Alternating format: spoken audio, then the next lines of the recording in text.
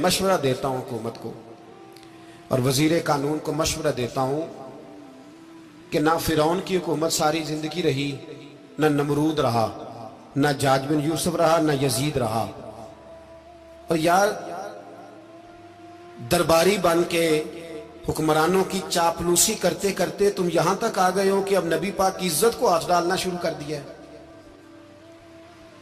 और आप यकीन करें सियासी जमातों का इतना बुरा हाल है कि इनके लीडर के बारे में कोई बात करे तो पागल हो जाते हैं ये एहतजाज कर करके। और उसने डायरेक्ट कह दिया कि खत्म नबूवत का मसला ही कोई नहीं, जो दीन की बुनियाद है, किसी को परवाह नहीं। मुझे तो उन लोगों की फिक्र हो रही है जिन लोगों ने इन्हें वोट दिए हैं, वो अल्लाह को क्या जवाब देंगे। और ये अल्लाह माशाल्लाह सारी सियासी जमातें इस तरह की। और मेरा वजीर कानून साहब को भी मशवरा है कि जिंदगी बड़ी थोड़ी है, बड़ी थोड़ी। अल्लाह सबको माफ करता है, अपने रसूल के गद्दारों को माफ नहीं करता। और यहां तुम्हारी गाड़ियों पे झंडे लगे हुए हैं, वहां भी तुम्हारे झंडे लगेंगे, पर इसलिए लगेंगे कि ये गद्दार है नामूसे रिसालत के। ये झंडे लगेंगे। शर्म करो और डर जाओ, बस कर दो। तुम्हारे मुंह में अब दांत पूरे नहीं रहे। कोई शुगर का मरीज है तो कोई ब्लड प्रेशर का, तो कोई हार्ट का, तो कोई कैंसर का। शर्म करो और अपनी कब्र की भी थोड़ी सी फिक्र करो। बताओ पाकिस्तान के कितने सदर गुजरे, वजीर आजम गुजरे, तो उनकी कब्रें कहां हैं? कोई जाता है उनकी कब्रों पे? किसी को खबर है? क्यों अपने लिए जहन्नम इकट्ठी करते? सारा कुछ दुनियादारी रह गई है, सारा कुछ सिर्फ यही रह गया। हजरत अबू बकर सरदार थे, हजरत उमर सरदार थे कबीले, हजरत उस्मान सरदार थे। उन्होंने सरदारियों को ठोकर मार के रसूलुल्लाह के कदमों में बैठना पसंद किया। सरदारियां छोड़ के गुलाम बन गए। तुम सरदारियां बचाने के लिए रसूलुल्लाह की गद्दारी करते हो, शर्म नहीं आती। और काम शिकवा है मुझे इन लोगों से जो मौलवी तो कह देते हैं तू सियासत नकार, और किसी सियासतदान को मना नहीं करते कि जब तुझे सूरत फातिहा भी नहीं आती तो तुझे किसने इजाजत दिया इतनी बड़ी बात। और मैंने पिछले से पिछले जुम्मे भी कहा था, फिर कहता हूं और ऑन दी रिकॉर्ड कहता हूं, मरज़ई कल भी काफिर थे, आज भी काफिर और कयामत तक। और जो उनके कुफर में शक करे वो भी, और पक्का बेईमान है, काफिर है। वो वजीर कानून हो या सुबाई हो या विफाकी हो, मन शक्का फी कुफर ही फकत कफर। जो मरज़ई के कुफर में शक करे वो भी काफिर है। हमारे रसूल आखिरी रसूल है। हम किसी को ये इजाजत नहीं देंगे कि वो खत्म नबूवत में रखड़ा डालने की कोशिश करे। हम किसी को ये इजाजत है। और तुमने कौम को लूटा, लूटते रहो, अब ईमान पे डाके तो ना डालो। तुम्हें दौलत लूट के पेट नहीं भरा, अब ईमान लूटना शुरू कर लिया। तुम्हारा फैक्ट्रियां लूटकर, कौमी खजाना लूटकर पेट नहीं भरा। भाई मानो अब दीन बेचकर अपनी हुकूमतें पक्की करोगे। और वो लोग भी तैयार हो जाएं जो इन बेईमानों को मुंतखब करते हैं, उनसे भी सवाल करेगा खत्म नबुव्वत का मौजू क़यामत के दिन कि तुम बताओ। इनको सपोर्ट करते थे जो रसूलुल्लाह सल्लल्लाहु अलैहि वसल्लम के बाद भी किसी नबी को नबी मानना दुरुस्त जानते थे।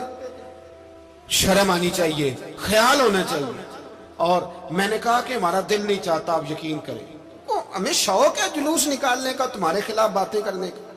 तुमने रोज थर्मामीटर निकाला होता है, चेक करते हो कि ईमान कितना है कितना नहीं है। ये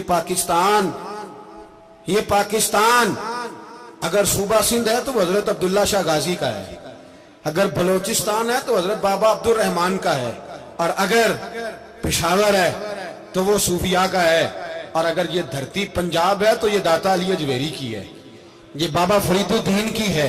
इसमें किसी गद्दार को कब्जा करने की इजाजत बिल्कुल नहीं मिलेगी। और हम वो लोग भी नहीं जो चुप करके अंदर सोते रहे, कौम जो करती है करती रहे, हमें परवाह नहीं। ना, ऐसी कोई बात नहीं।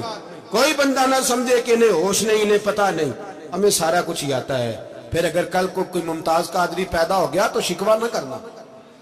कल को कोई फिर से आमर चीमा निकल आया तो शिकायत ना करना, याद रखना।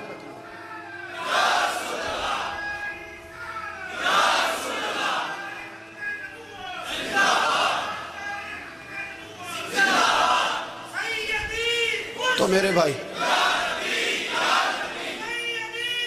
खोल के बोल, या नबी रसूल के बोल।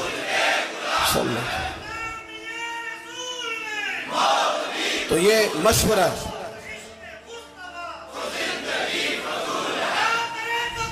جزاک اللہ، تو یہ تمہیں مشورہ ہے.